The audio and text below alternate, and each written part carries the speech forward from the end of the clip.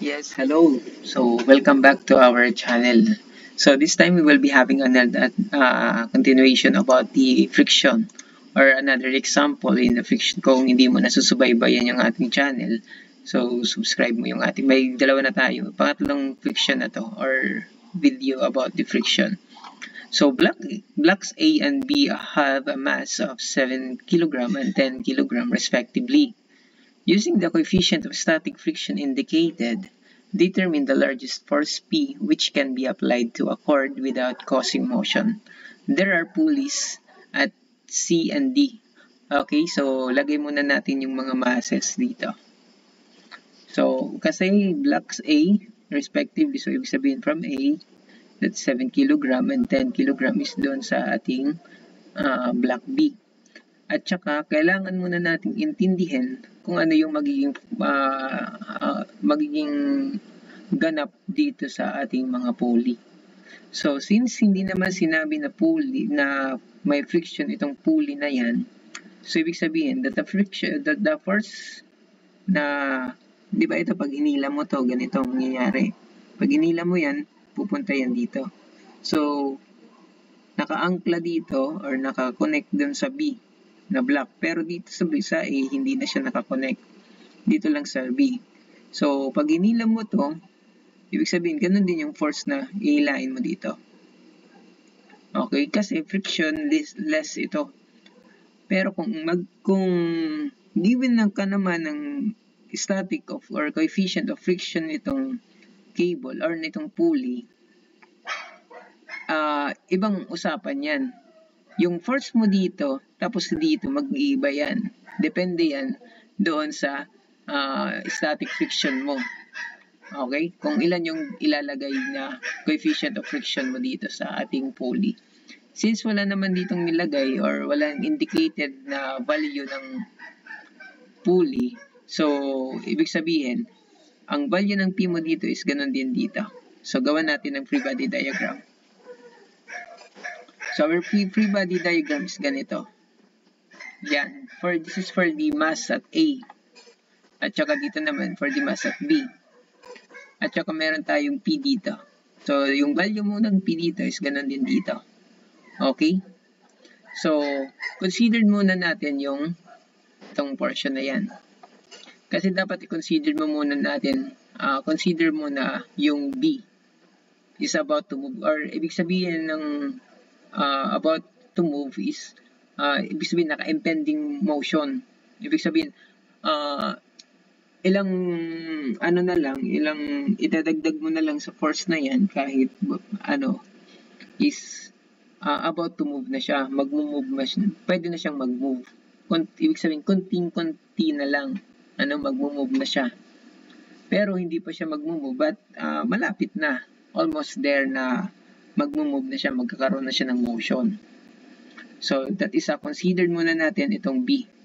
So, yung B natin is kunyari, pag hinila mo na to, magmo-move siya. It's either kasi pwede siyang mag-tilt or umangat itong portion na to, di ba? Pwede siyang mag-tilt kasi nasa taas yung niya, yung P niya or yung cable niya dito, nasa taas. Pwede siyang mag-split or mag-spill over, di ba? Pwede siyang mag-spill over yung natin, yung spill over, hindi naman to tubig. So, I mean, yung pwede siyang umangat yung portion na ito, di ba? So, ganun yung possible scenario dyan.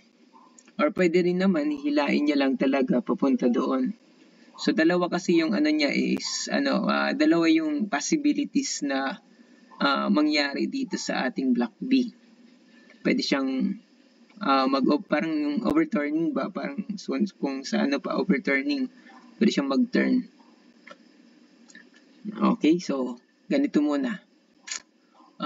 Since meron tayong P, consider muna natin yung friction. What will happen to the friction? So may friction tayo dito B. So what is the value for the friction at B? That we have the coefficient of friction AB. So ito yung ating coefficient of friction times the normal force at B. So, what is the normal force at B? So, ibig sabihin, that is the mass Mass lang, mass. Equivalent force lang natin doon. So, walang masyadong, dito, walang masyadong special. Kasi yung ating normal force, pwede lang pa ganyan. Kung ilan yung value natin pababa, ganun din yung ating normal force dito sa NB. Okay?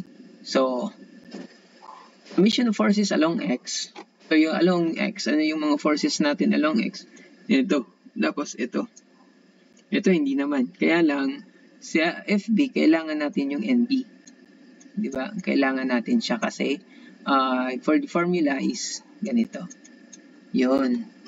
Okay, so we have P is equal to FB. Kasi papunta dito yung ating P, papunta naman sa kabilang side yung ating FB. Okay, so we have P, W of P, and W of FB is ito.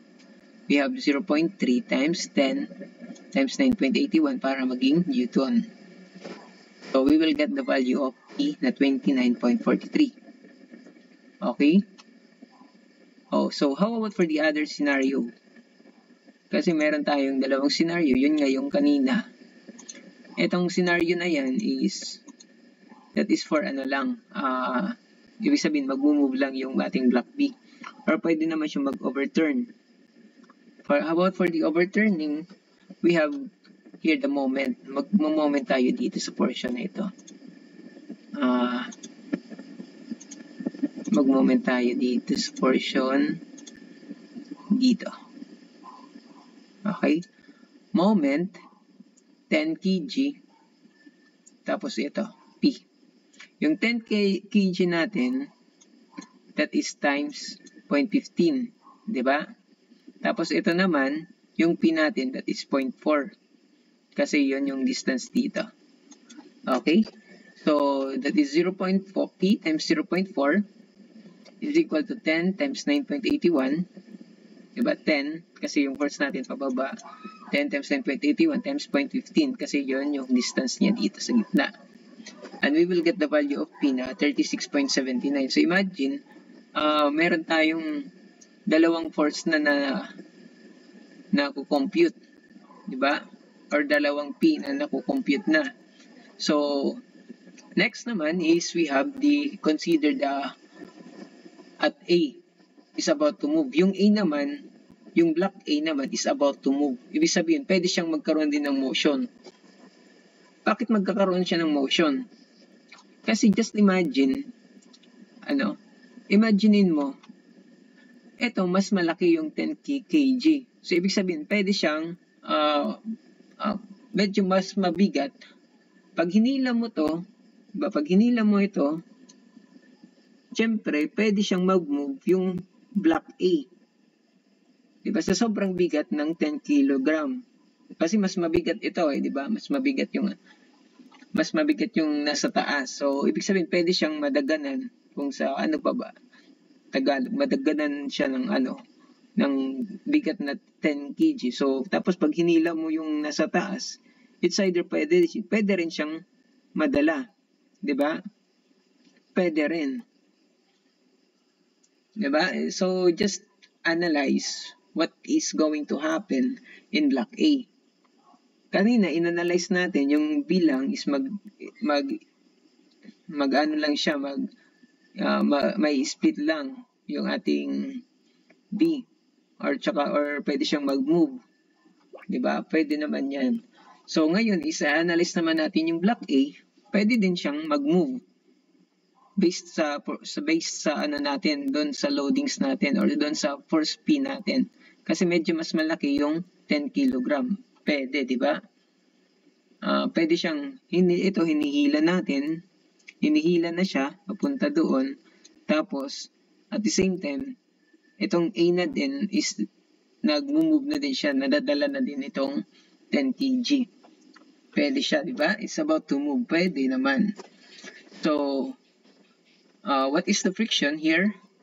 So, the friction if A, ganito. If about to move, about to move.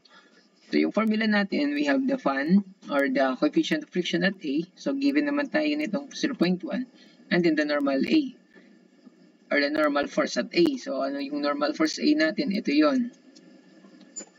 Okay, so we have here to get the summation of forces along X, medyo hindi na tayo dito about the moment kasi itong A na to is wala na siyang capacity to overturn. Hindi na siya mag-overturn na pag ganyan, di ba? Kasi medyo mas mabigat ito. Wala na siyang karapatan. Ibig sabihin, hindi niya talaga kayang mag-overturn na. Kasi wala naman ina-apply dito na load. Unlike kanina, kailangan natin computein kasi pwede itong mag-overturn. Pag ganito kasi nasa taas yung ating loadings. Di ba? Dito, itong A na to is wala na siyang karapatan. Kasi nga, hindi naman naging kayo. Kaya wala, sorry. Sorry po. So, ganyan, yung force natin at A, papunta doon. So, yung force natin A is given is fan. Kunin muna natin, Kasi yung natin papuntang to the right, and yung F natin is papuntang to the left. So, we will get the formula P is equal to FA. Okay? So, kunin muna natin yung NA para makompute natin. So, we have 10 times 9. That is 9.81. Nagkamali lang na una yung point. That is 9.81. This is for the, ito. Tapos, plus 7.90 times 9.81. Ito naman. Kasi dalawa na yung magiging load mo. Diba? Dalawa na yung bigat mo. Ito, tapos ito. That's why yung ating magiging normal force dyan is dalawa na din. Okay? So, we will get the value of 166.77 Newton. And then, substitute natin the value. Yung FA natin, or friction at A, that is 0.1 times the normal force, kasi based on our formula ng FA. Okay, so we will get the value of P is equal to 16 times 16.677 Newton. Okay, so how will you decide for this one? That is the question here. Kasi nasolve mo na siya. Nasolve mo na, kaya lang, ano yung possibilities na, or ano yung may sasagot mo? Kasi may tatlo tayong sagot. Ito, 16.67, tapos itong 36.79, and 29.43.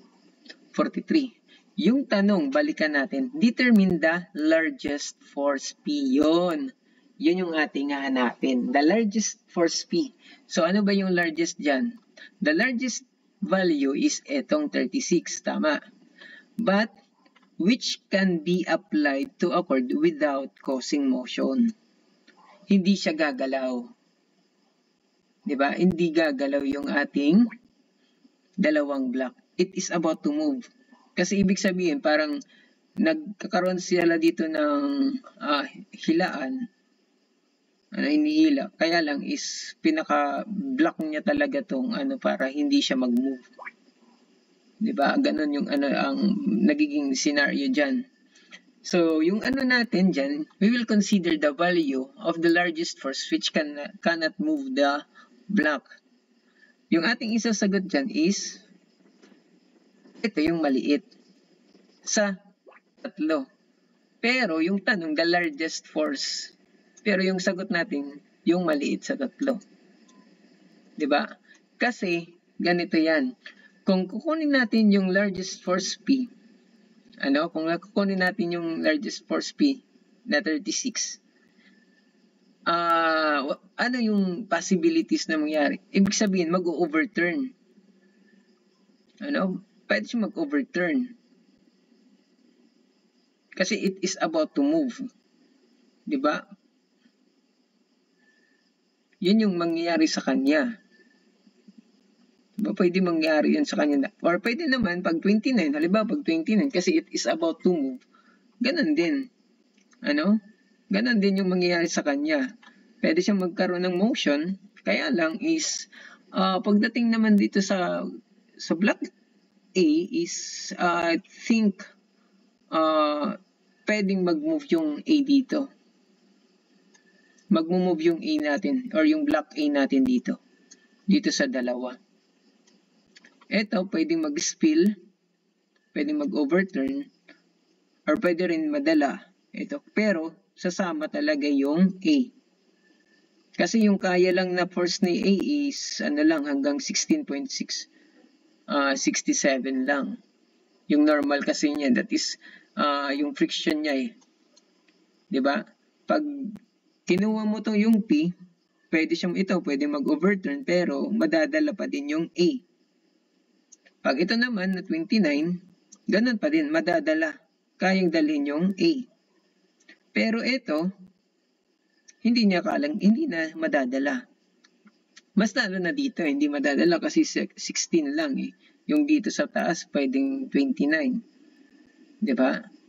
So, yun yung ating magiging logic dyan. Kasi yung question natin is not without causing motion, hindi mag-move. So, we will get the value of P. 'Di ba? So, I hope na gets nyo yung ating logic dyan sa friction na yan. Kasi bakit 16? 16.67 kasi nga, yun yung largest na hindi silang dalawa mag-move.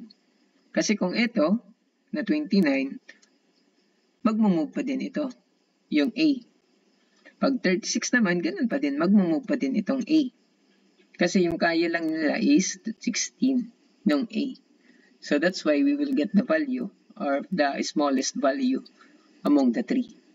That is the largest force P that can apply without causing motion. Okay? So that's all for today.